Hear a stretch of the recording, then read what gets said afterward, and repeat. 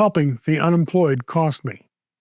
In 1991, several million Americans were unemployed and their unemployment benefits either had run out or were about to expire.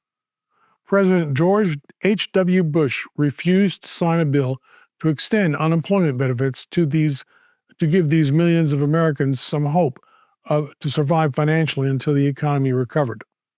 I wanted President Bush to change his mind and sign the bill to extend unemployment benefits for my fellow Americans who were struggling. I had a job. I was grateful to have it, but it was not the job I wanted. I was working at Walt Disney World in the food services department. I learned that President Bush would visit Walt Disney World to honor people who were receiving an award from the Points of Light Foundation. I got an idea. I studied maps of Walt Disney World and realized that there were public right-of-ways throughout the property. I asked the leader of the 6th Labor Union Coalition to help me get others to join me in a demonstration during the President Bush's visit to Walt Disney World to push President Bush to sign the bill extending unemployment benefits. But he would not. He explained to me that so far, everyone who had demonstrated at Walt Disney World had been arrested. He would not encourage other union members to join me in my demonstration. To avoid confrontation on the day of the visit, I wrote a letter to Walt Disney World management, telling them that of my plan to demonstrate and to stay on the public right-of-way the whole time. If they had me arrested, I would seek help from the news media and the American Civil Liberties Union. That got their attention.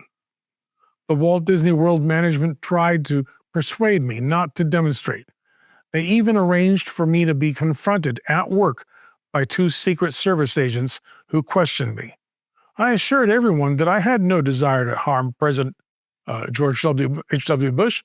I just wanted to exercise my constitutional right to demonstrate to try to persuade him to change his mind and sign the unemployment extension bill. The day came and I demonstrated. I was the only demonstrator. I held a sign that read, "President Bush, how can you see 1,000 points of light but be blind to 1,000,000 points of misery? Extend unemployment benefits now." A reporter from National Public Radio interviewed me. I don't know if his story was ever broadcast. A TV crew interviewed me.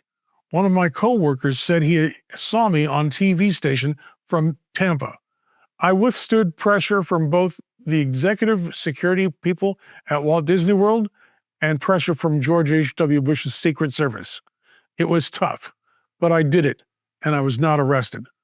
I became the first person in the history of Walt Disney World to stage a political demonstration and not get arrested. How did I do that? I paid attention to the rules. If you are on a public right-of-way and peacefully demonstrating, the rules are that law enforcement and private security must leave you alone. Since then, I have heard that other groups have followed my lead and have successfully demonstrated at Walt Disney World. But my efforts cost me more than I imagined. The Secret Service investigated every person that I gave as a reference on my application with Walt Disney World, plus my close relatives. That frightened people that were close to me. After that, one of my closest and dearest cousins refused to communicate with me. After that, one of my oldest and best friends refused to communicate with me anymore. Also, after that, about a week after I demonstrated, my wife had me served with papers to start our divorce. I guess being confronted by Secret Service agents who questioned her about me really unnerved her. A few weeks later, President Bush changed his mind and did sign the bill that extended unemployment benefits for millions of Americans. I don't believe that my demonstration that day caused him to change his mind.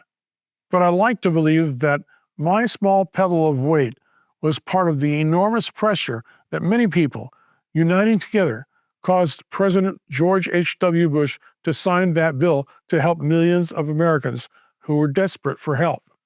Despite the fact that I did get hurt terribly, I count it as a blessing that our constitutional rights give us the right to express our disagreements with people in government in peaceful ways.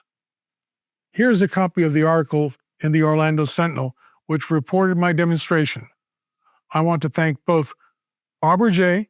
and Julie Anderson of the Orlando Sentinel for finding the article and sending a copy to me.